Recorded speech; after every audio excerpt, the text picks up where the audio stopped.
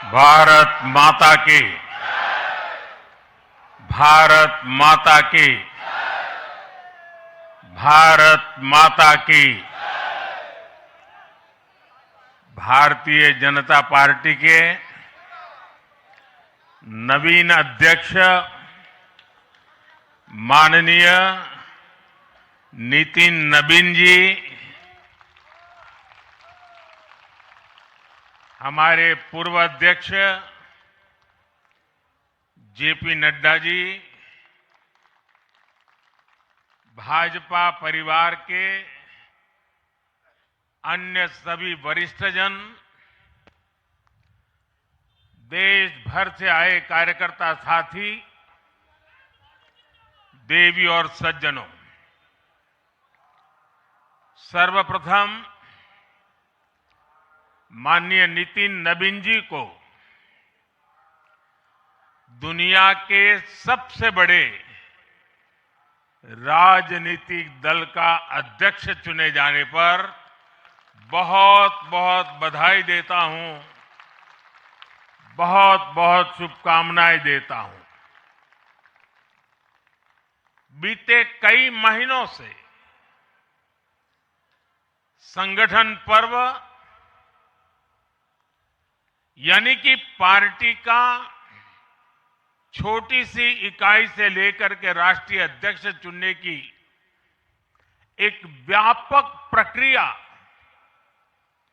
100% लोकतंत्र तरीके से भारतीय जनता पार्टी के संविधान के स्पिरिट को और उसमें बताई गई हर बात को ध्यान में रख करके लगातार चल रही थी। आज उसका विधि पूर्वक समापन हुआ है। संगठन पर्व का ये विशाल आयोजन भारतीय जनता पार्टी की लोकतांत्रिक आस्था, संगठनात्मक अनुशासन और कार्यकर्ता केंद्रित सोच का प्रतीक है। मैं देश भर के कार्यकर्ताओं का इस प्रक्रिया को सफल बनाने के लिए बहुत बहुत अभिनंदन करता हूं। साथियों, बीते 1-1.5 वर्षों में डॉक्टर श्यामा प्रसाद मुखर्जी की 125वीं जयंती का पर्व, अटल जी की 100वीं जन्म जयंती, राष्ट्रीय स्वयंसेवक संघ के 100 वर्ष, ऐसे महापर्व हम मनाते रहे हैं। ये वो प्रेरणाएं हैं जो देश के लिए जीने के हमारे संकल्प को और मजबूत करती है। हमारा नेतृत्व परंपरा से चलता है, अनुभव से समृद्ध होता है और जनसेवा, राष्ट्र सेवा के भाव से संगठन को आगे बढ़ाता है। साथियों, अटल जी, आडवाणी जी और मुरली मनोहर जोशी जी के नेतृत्व में बीजेपी ने शून्य से लेकर शिखर तक का सफर देखा है। इस सदी में वेंकैया नायडू जी और नितिन गडकरी जी सहित हमारे कई वरिष्ठ साथियों ने संगठन को विस्तार दिया है। राजनाथ जी के नेतृत्व में पहली बार बीजेपी ने अपने दम पर पूर्ण बहुमत हासिल किया। फिर अमित भाई के नेतृत्व में देश के अनेक राज्यों में भाजपा की सरकारें बनी। लगातार दूसरी बार केंद्र में बीजेपी की सरकार बनी। फिर जेपी नड्डा जी के नेतृत्व में भाजपा पंचायत से लेकर पार्लियामेंट तक और सशक्त हुई। केंद्र में लगातार तीसरी बार भाजपा एनडीए की सरकार बनी। मैं पूर्व के सभी अध्यक्षों का उनके अमूल्य योगदान के लिए देश के कोटि कोटि कार्यकर्ताओं की तरफ से और मेरी तरफ से बहुत बहुत अभिनंदन करता हूं। साथियों, आप जानते हैं आज भाजपा का जितना फोकस संगठन के विस्तार पर है, उतनी ही बड़ी प्राथमिकता कार्यकर्ता के निर्माण की भी है। भाजपा एक ऐसी पार्टी है जहां लोगों को लगता होगा कि नरेंद्र मोदी देश के प्रधानमंत्री है, तीसरी बार प्रधानमंत्री बने, 50 साल की छोटी आयु में मुख्यमंत्री बन गए, 25 साल से लगातार हेड ऑफ द गवर्नमेंट रहे हैं। ये सब अपनी जगह पे हैं, लेकिन इन सबसे भी बड़ी चीज मेरे जीवन में है, मैं भारतीय जनता पार्टी का कार्यकर्ता हूं। ये सबसे बड़ा गर्व है। और जब बात पार्टी के विषयों को आती है, तब माननीय नितिन नवीन जी, मैं कार्यकर्ता हूं, वे मेरे बॉस हैं।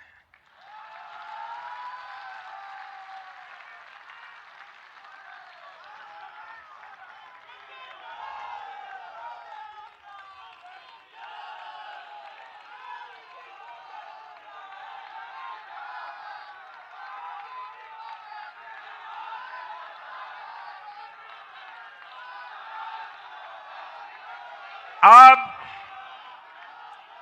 माननीय नितिन नवीन जी हम सभी के अध्यक्ष हैं।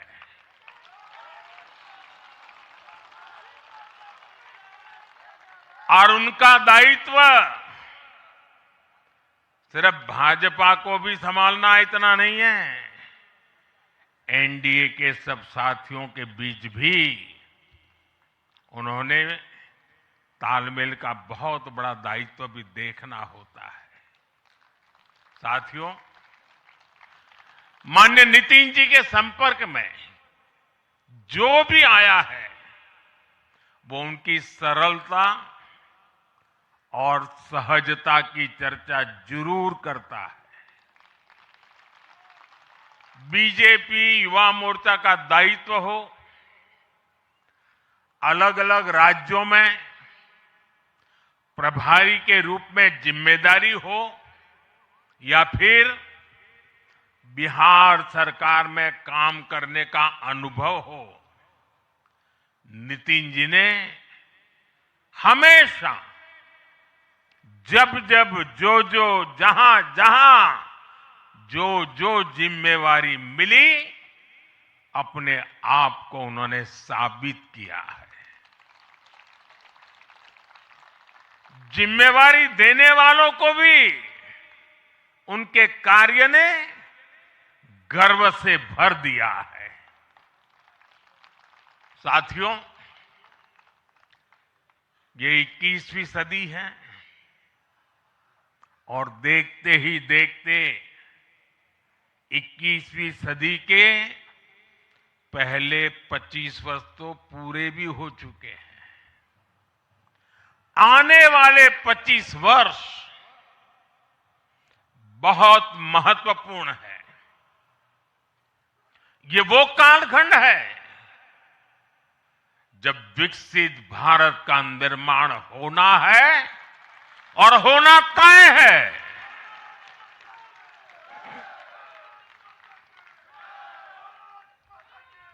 इस महत्वपूर्ण कालखंड की शुरुआत में हमारे माननीय नितिन नवीन जी बीजेपी की विरासत को आगे बढ़ाएंगे। मैं आजकल के युवाओं की भाषा में कहूं तो नितिन जी खुद भी एक प्रकार से मिलेनियल है। वो उस जनरेशन से हैं जिसने भारत में बड़े आर्थिक, सामाजिक और टेक्नोलॉजिकल परिवर्तन होते देखे हैं। वो उस जनरेशन से हैं जिसने बचपन में रेडियो से सूचनाएं पाई और आज एआई के भी एक्टिव यूजर है। नितिन जी के पास युवा ऊर्जा भी है और संगठन में कार्य का लंबा अनुभव भी है। ये हमारे दल के हर कार्यकर्ता के लिए बहुत उपयोगी होगा। साथियों, इस वर्ष जनसंघ की स्थापना को 75 वर्ष हो रहे हैं और मैं आज इन 75 वर्ष लगातार लक्षावधि कार्यकर्ताओं ने, अनेक परिवारों ने, अनेक पीढ़ियों ने जो त्याग, तपस्या और बलिदान दिए हैं, मैं उनको आदरपूर्वक नमन करता हूं। जनसंघ रूपी वटवृक्ष से ही भाजपा का जन्म हुआ और भाजपा दुनिया के सबसे बड़ा राजनीतिक दल बन चुकी है। और ये सिर्फ भाजपा के कार्यकर्ताओं के लिए गौरव का विषय है इतना नहीं है। देश के राजनीतिक समीक्षकों को दुनिया को ये बात बतानी चाहिए कि भारत एक ऐसा देश है जिसकी रगों में इसकी मजबूती से लोकतंत्र चल रहा है, कि जहां दुनिया की सबसे बड़ी पॉलिटिकल पार्टी है। साथियों, बीजेपी एक संस्कार है। बीजेपी एक परिवार है। हमारे यहां मेंबरशिप से भी ज्यादा रिलेशनशिप होती है। बीजेपी एक ऐसी परंपरा है जो पद से नहीं, प्रक्रिया से चलती है।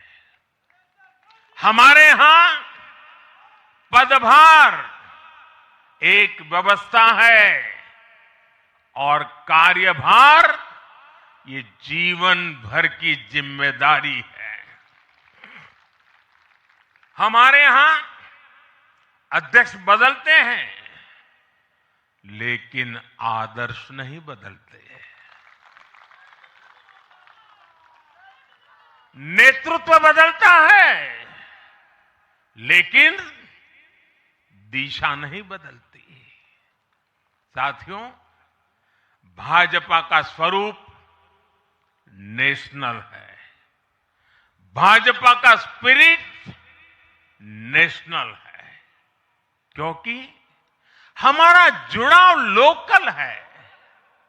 हमारी जड़ें जमीन के नीचे गहरी है। इसलिए भाजपा रीजनल एस्पिरेशन को प्लेटफॉर्म देती है, उन्हें नेशनल एम्बिशंस का आधार बनाती है। और इसलिए आज देश के कोने कोने के लोग भाजपा के साथ हैं, भाजपा के साथ जुड़ रहे हैं। और इतना ही नहीं, जो भी अपनी राजनीति का प्रारंभ करना चाहता है, उसको भी भाजपा का प्रवेश द्वार सबसे उत्तम, सबसे सुरक्षित लगता है।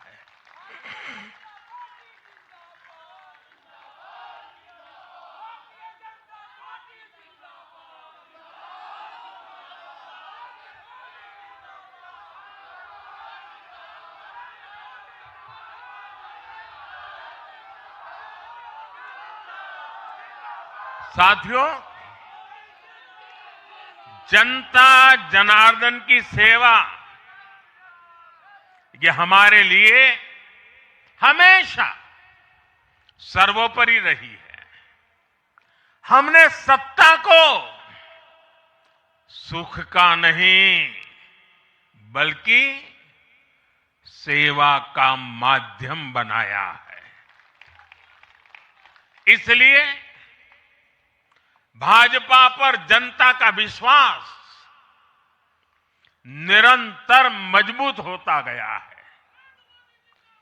अगर बीते 11 वर्षों की ही बात करें तो भाजपा की यात्रा जन विश्वास अर्जित करने की अद्भुत यात्रा रही है। बीते 11 वर्षों में बीजेपी ने हरियाणा, असम, त्रिपुरा और ओडिशा में पहली बार अपने सामर्थ्य से सरकार बनाई। पश्चिम बंगाल और तेलंगाना में भाजपा जनता की एक बड़ी आवाज बनकर उभरी है। अक्सर होता यह है कि लंबे कार्यकाल के बाद सरकारों के लिए टिके रहना मुश्किल होता है, लेकिन बीजेपी ने इस ट्रेंड को भी तोड़ दिया है। गुजरात हो, मध्य प्रदेश हो, महाराष्ट्र हो, बिहार हो, इन सभी राज्यों में कई कार्यकाल के बावजूद बीजेपी पहले से भी बड़े जनादेश के साथ सरकार में लौटी है। साथियों, बीते 1.5-2 वर्षों में तो भाजपा पर जनता का भरोसा और मजबूत हुआ है। विधानसभा हो या स्थानीय निकाय, बीजेपी की स्ट्राइक रेट अभूतपूर्व रही है। इस दौरान देश में 6 राज्यों में विधानसभा चुनाव हुए हैं। इनमें से 4 चुनाव बीजेपी एनडीए ने जीते हैं। साथियों, आज भाजपा सिर्फ संसद और विधानसभा की नहीं बल्कि नगर पालिकाओं और नगर निगमों में भी पहली पसंद है। और इसका ताजा उदाहरण अभी हमारा महाराष्ट्र है। हाल में जो मेयर और पार्षदों के चुनाव परिणाम सामने आए, अभूतपूर्व है। बीजेपी महाराष्ट्र के स्थानीय निकायों में नंबर 1 पार्टी बनी है।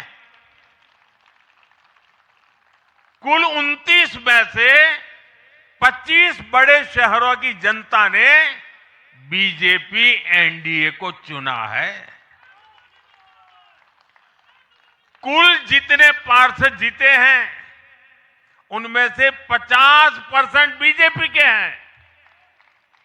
ऐसे ही केरला में भी आज बीजेपी के करीब 100 पार्षद हैं। केरला की राजधानी तिरुअनंतपुरम की जनता ने मेयर चुनाव में 45 साल बाद लेफ्ट से सत्ता छीनी और भाजपा पर भरोसा किया।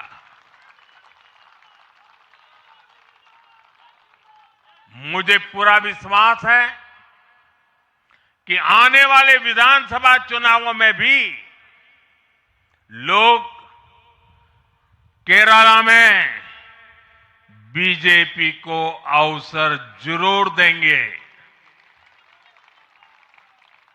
साथियों, बीजेपी निरंतर जीत रही है, उसका विस्तार हो रहा है।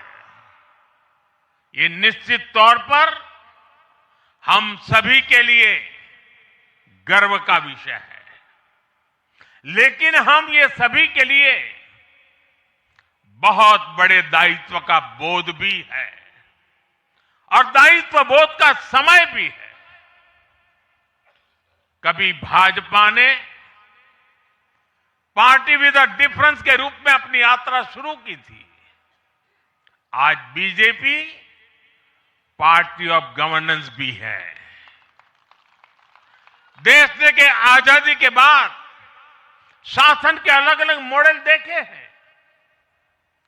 कांग्रेस के परिवारवाद का मॉडल, लेफ्ट का मॉडल, क्षेत्रीय दलों का मॉडल, अस्थिर सरकारों का दौर, ये सब मॉडल देख चुका है।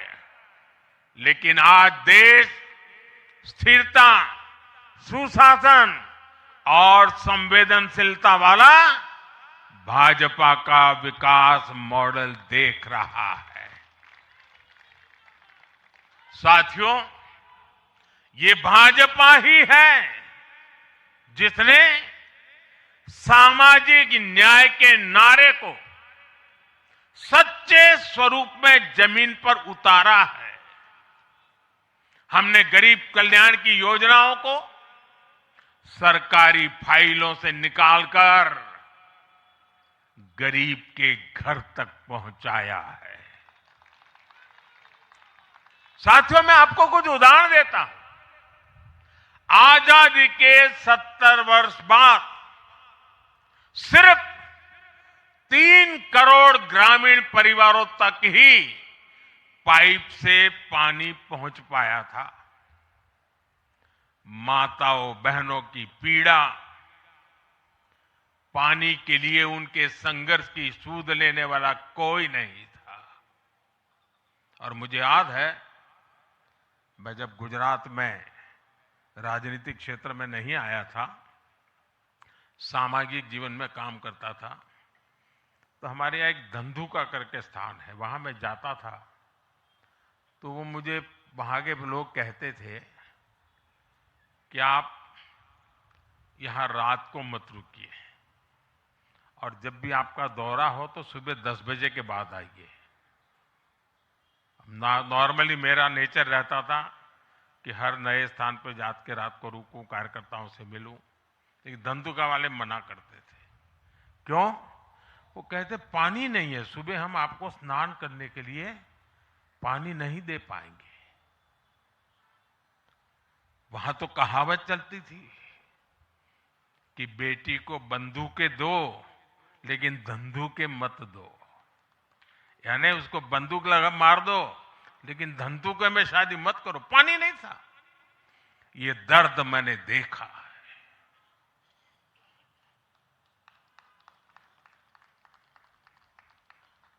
मैं धरती की सच्चाई से जुड़ा था। माताओं बहनों की पीड़ा अपनी आंखों के सामने देखी थी और तब हम जल जीवन मिशन लेकर आए और सिर्फ 5-6 साल में 12 करोड़ से ज्यादा परिवारों को नल से जल की सुविधा से जोड़ा।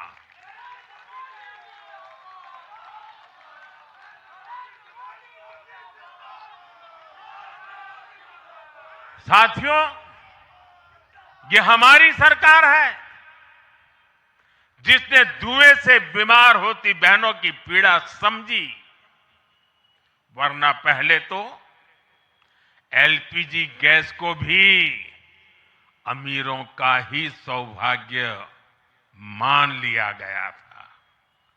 भाजपा ने पूरी संवेदनशीलता के साथ हर घर को एलपीजी गैस कनेक्शन से जोड़ने का अभियान चलाया।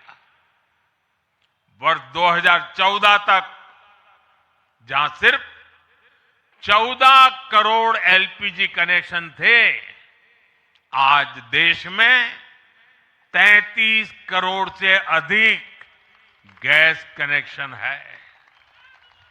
ऐसे ही गांव की बहनों को लखपति दीदी बनाने का अभियान है। यह भी इसलिए संभव हो पाया क्योंकि भाजपा बहनों बेटियों के सपनों के प्रति संवेदनशील है।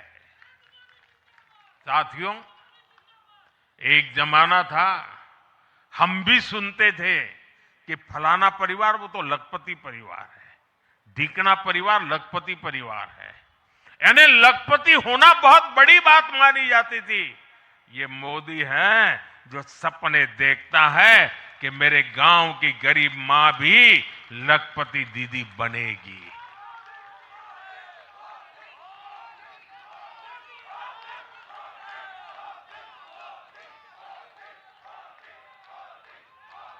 साथियों, दशकों तक आदिवासी समाज को सिर्फ वोट बैंक से जोड़कर देखा गया, लेकिन संवेदनशील भाजपा ने, भाजपा के हमारे संस्कारों ने समाज के प्रति समान भाव की हमारी परंपरा के कारण भाजपा ने आदिवासियों में भी सबसे पिछड़ी जनजातियों की पीड़ा को समझा, उनके विकास के लिए पीएम जनमन योजना बनाई और पीएम जनमन योजना के लाभार्थी इतने बिखरे हुए हैं और एक दो दूर दूर जंगलों में पड़े हैं। उनसे एक म्युनिसिपैलिटी की सीट भी जीती नहीं जा सकती है। वोट के हिसाब से कोई उनकी तरफ देखेगा नहीं, लेकिन जब वोट से ऊपर उठ करके संवेदनाएं होती हैं, समाज का कल्याण हमारे संस्कार होते हैं, तो पीएम जनमन योजना जन्म लेती है। आदिवासियों में भी अति पिछड़ा संख्या में भले ही कम है, लेकिन उनके प्रति हमारी संवेदना में कोई कमी नहीं है। साथियों, हमारा नॉर्थ ईस्ट, वहां वोटर उतने नहीं है, सीट भी उतनी नहीं है, इसलिए कांग्रेस की सरकारों में उन्हें वर्षों तक उपेक्षित रखा गया।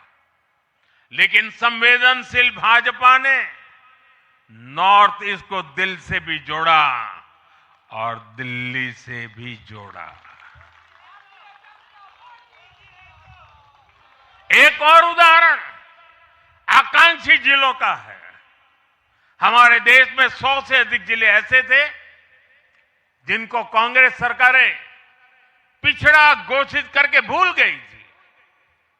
इन जिलों को पनिशमेंट पोस्टिंग के लिए इस्तेमाल किया जाता था, यानी जिन अधिकारियों को सजा देनी होती थी तो उन्हें वहां भेजा जाता था। हमारी भाजपा सरकार ने इन जिलों को आकांक्षी जिले घोषित किया और प्राथमिकता के आधार पर इनके विकास के लिए काम किया। आज ये आकांक्षी जिले विकास के कई पैरामीटर्स पर अन्य जिलों से बेहतर प्रदर्शन कर रहे हैं, राज्य की एवरेज की बराबरी आकर के खड़े हो गए। साथियों, भाजपा का मंत्र है पिछड़ों को प्राथमिकता, पिछड़ों को प्राथमिकता। जिनकी किसी ने सूद नहीं ली, हमने उनकी साधना की है। जिनको किसी ने पूछा नहीं, मोदी ने उन्हें पूजा है। हमारी कार्य संस्कृति सर्वसमावेशी है, सर्वांगीण है, सर्वस्पर्शी है, सर्वहितकारी है, सर्व कल्याणकारी है। और ये कार्य संस्कृति गरीब को समान अवसर देने वाली है, गरीब को सशक्त करने वाली है। इसी वजह से सिर्फ एक दशक में 25 करोड़ लोगों ने गरीबी को पराजित किया है। और ये 25 करोड़ लोग कौन हैं? इनमें सबसे अधिक दलित, पिछड़े और आदिवासी परिवार है। साथियों, बीते वर्षों में जन विश्वास की जो पूंजी हमने अर्जित की है, उस भरोसे को कायम रखना बहुत बड़ी जरूरत है। देश की जनता 2047 तक विकसित भारत बनाने के लिए संकल्पित है। इसलिए बीते 11 वर्षों में रिफॉर्म्स की जो यात्रा हमने शुरू की है, वो अब रिफॉर्म एक्सप्रेस बन चुकी है। हमें राज्यों के स्तर पर, शहर की इकाइयों के स्तर पर, जहां भी भाजपा एनडीए सरकारें हैं, वहां रिफॉर्म्स की गति तेज करनी है। भाजपा सिटी गवर्नेंस का भी एक नया मॉडल देश के सामने प्रस्तुत कर रही है। इस लक्ष्य के साथ हम आगे बढ़ना चाहते हैं। साथियों, जब हम सत्ता में नहीं भी थे, तब भी हम अपने मूल आदर्शों से कभी नहीं भटके। हम राष्ट्र प्रथम के भाव से, नेशन फर्स्ट के भाव से डटे रहे, जूझते रहे, संकटों को झेलते रहे, जज्बात बढ़ाते रहे और जीतते भी रहे। हम वो लोग हैं, हमारा वो चरित्र है, हमारे वो संस्कार है। खुद से बड़ा दल और दल से बड़ा देश, ये भाजपा के हर कार्यकर्ता का संस्कार है, भाजपा के हर कार्यकर्ता का जीवन मंत्र है। इसी भाव के साथ बीते 11 वर्षों में हमने अनेक चुनौतियों पर विजय पाई है। जम्मू कश्मीर से आर्टिकल 370 की दीवार गिराना हो, 3 तलाक के खिलाफ कानून बनाना हो, इनको कभी असंभव माना जाता था। आज ये हकीकत बन चुके हैं।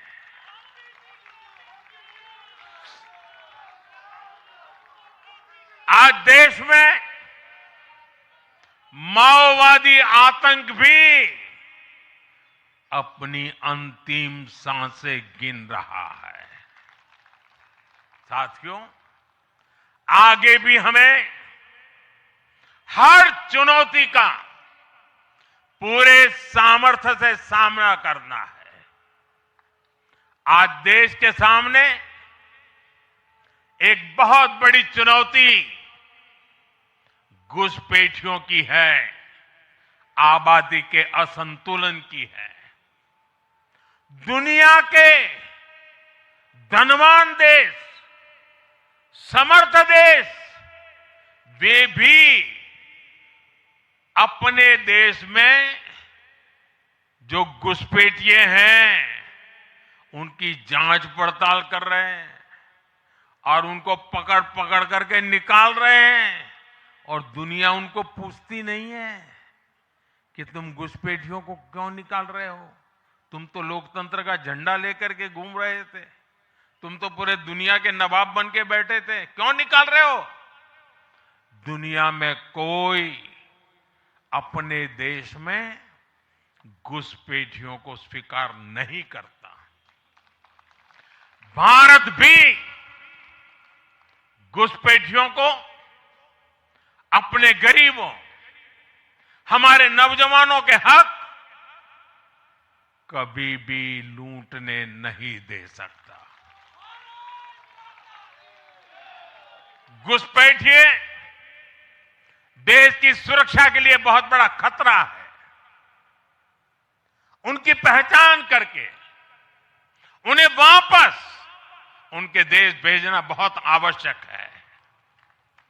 इसके अलावा ऐसे राजनीतिक दल जो वोट बैंक की राजनीति में घुसपैठियों को बचा रहे हैं या उन्हें कवर दे रहे हैं, उन्हें हमें पूरी शक्ति से जनता के सामने बेनकाब करना ही होगा, उनको एक्सपोज करना ही होगा। साथियों, एक और बड़ी चुनौती अर्बन नक्सल की भी है। अर्बन नक्सल का दायरा इंटरनेशनल हो रहा है और यहां अर्बन नक्सल की बड़ी चतुराई होती है। ये यहां मीडिया वाले इतने बैठे हैं ना, अगर साल में एकाध बार भी अगर मोदी की किसी अच्छी चीज को उन्होंने ट्वीट कर दिया या टीवी पे बोल दिया या अखबार में लिख दिया तो उस पत्रकारी तो ऐसी फजेत कर देते, उसके पीछे ऐसे पड़ जाते हैं, उसको अछूत बना देते हैं, भविष्य में वो कभी बोल ना सके ऐसा कर देते हैं। ये अर्बन नक्सल की स्टाइल है। हमको भी सालों तक ऐसा अछूत बना के रख दिया पूरे देश में भाजपा को। अब देश समझ गया है अर्बन नक्सलों के कारनामे। भारत को नुकसान पहुंचाने के लिए अर्बन नक्सली लगातार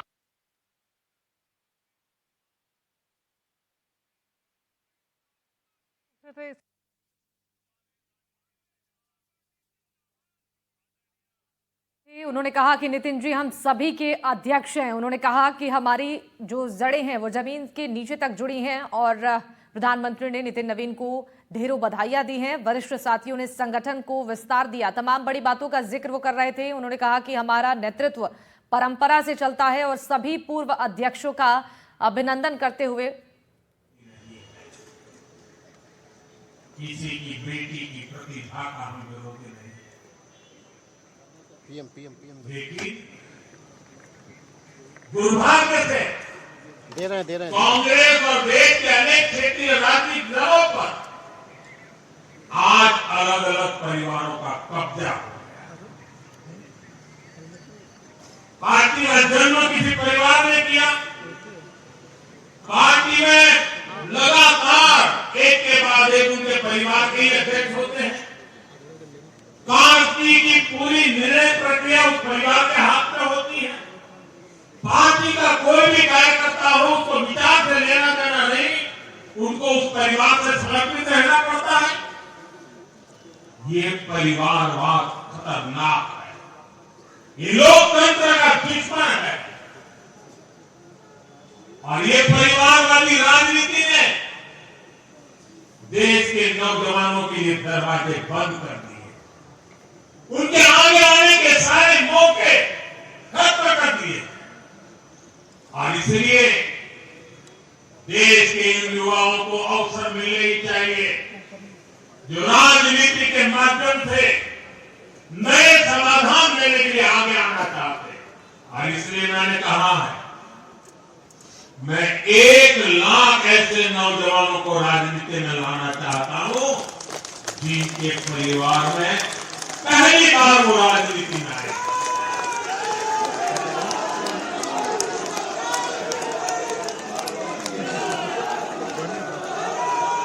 साथियों, अपने इन प्रयासों के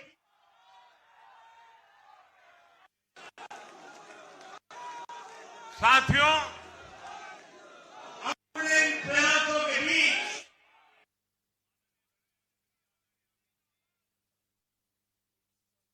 निरंतर आशीर्वाद, हम जो कुछ भी है जनता जनार्दन के आशीर्वाद के कारण, हम जो कुछ भी है मेहनत कर समर्पित कार्यकर्ताओं के परिश्रम के कारण, और इसलिए जब इतने बढ़ रहे हैं, इतना सम्मान मिल रहा है, इतनी स्वीकृति मिल रही है, तब हमारा दायित्व अनेक गुना बढ़ जाता है।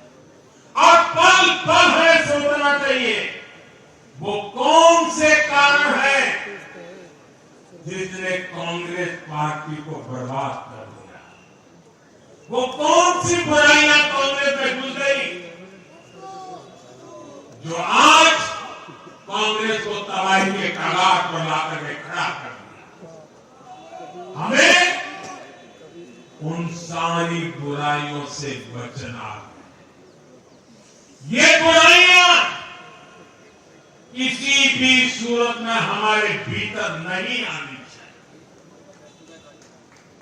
हमें इससे बच के रहना है, और जहां जहां हम बच के रहते हैं हमें कोई मुकाबला नहीं कर पाता। साथियों, आज देश को याद भी नहीं होगा कि 1984 में 1984 में कांग्रेस को 400 से अधिक सीटें मिली थी, नेहरू जी के जमाने से भी ज्यादा, और देश ने करीब करीब 50% वोट दिया था कांग्रेस को। लेकिन आज कांग्रेस 100 सीटों के लिए तरस रही है। कांग्रेस अपने इस घनघोर पतन की कभी समीक्षा नहीं करती, क्योंकि अगर समीक्षा करेंगे, ये पतन के कारणों की ओर जाएंगे, तो फिर उसी परिवार पर सवाल उठेंगे जिस परिवार ने कांग्रेस पर कब्जा करके रखा है, और इसलिए बहाने ढूंढते रहते हैं। पतन की तरफ सही कारण ढूंढने की हिम्मत तक हो चुके हैं। कारणों की ओर जाएंगे तो फिर उसी परिवार पर सवाल उठेंगे जिस परिवार ने कांग्रेस पर कब्जा करके रखा है, और इसलिए बहाने ढूंढते रहते हैं। पतन की तरफ सही कारण ढूंढने की हिम्मत तक खो चुके हैं वो लोग। साथियों, दूसरी तरफ भाजपा है। हम हार और जीत के बाद समीक्षा करते हैं। मैं आपको फिर महाराष्ट्र चुनाव का नतीजों का उदाहरण दूंगा। महाराष्ट्र में हम निकाय चुनाव जीतने के बाद जश्न में डूबे नहीं, बल्कि मैं तो अभी पढ़ रहा था कि उसी दिन से हमारे महाराष्ट्र के कार्यकर्ता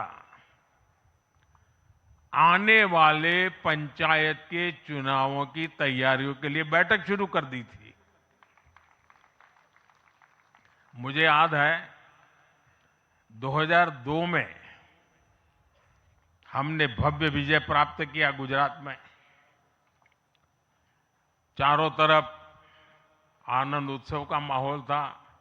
देश भरिया का मीडिया भी वहां मौजूद था। अर्बन नक्सल तो बड़ी संख्या में आए थे। वो बेचारे मेरे पराजय का जश्न मनाना चाहते थे, तो वो ढूंढ रहे थे सारी चीजें, और मैं एक मीटिंग में बैठा था। तो उनको बड़ा आश्चर्य हुआ कि इतना जलसा चल रहा है और ये कैसा मुख्यमंत्री है जो आज चुनाव नतीजे आए हैं और बैठा है। और मैं क्या कर रहा था, मैं कार्यालय में मीटिंग ले रहा था और मैंने पूछा, अच्छा बताओ भाई इतनी हार क्यों गए। ये भाजपा है जो जीत का जश्न मनाते समय भी अपनी कमियों की लगातार समीक्षा करता है और कमियों से उभरने के लिए हर समय का उपयोग करता है। लोकतंत्र में इसी स्वस्थ परंपरा को, इसी डेडिकेशन को हम सब कार्यकर्ताओं की जिम्मेवारी है, हमें आगे बढ़ाना है। हमें ध्यान रखना है कि जो कांग्रेस की बुराइयों से बचेगा वही देश में आगे बढ़ेगा। साथियों, आज भाजपा परिवार को अपना नया मुखिया मिला है, ऊर्जावान मुखिया मिला है, अनुभवी मुखिया मिला है, और भाजपा परिवार की हमारी ताकत हर कार्यकर्ता का परिश्रम है, उसकी सामूहिक चेतना है। बूथ पर जो हमारा कार्यकर्ता पूरे साल भर जुटा रहता है, वो ही हमारी सच्ची ताकत है। हमें याद रखना है, हम सबसे जुड़े, हम सबको जोड़े कल्याणकारी योजनाओं से हर लाभार्थी को लाभ पहुंचाए, ये हमारा ध्येय होना चाहिए। इसी आग्रह के साथ माननीय नितिन नवीन जी को बीजेपी के कोटि कोटि कार्यकर्ताओं की तरफ से पुनः बहुत बहुत शुभकामनाएं देता हूं। और साथियों, आज का पल हम सबके लिए बहुत विशेष पल है। हमारे राष्ट्रीय अध्यक्ष जी अब हमारा मार्गदर्शन करने वाले हैं। उनका एक एक शब्द हमारे लिए आगे की दिशा होगी। हमारे आगे के कार्य रचना के लिए उनका मार्गदर्शन हमारी अमूल्य पूंजी होगी।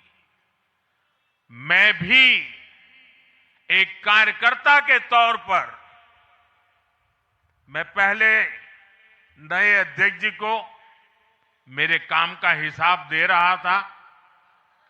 मैंने हिसाब दिया, अब वो मेरा सीआर लिखेंगे। लेकिन अब मेरे आगे के काम के लिए मैं उनके मार्गदर्शन की प्रतीक्षा कर रहा हूं। मैं उनको सुनने के लिए बहुत ही उत्सुक हूं, आतुर हूं। फिर एक बार बहुत बहुत धन्यवाद।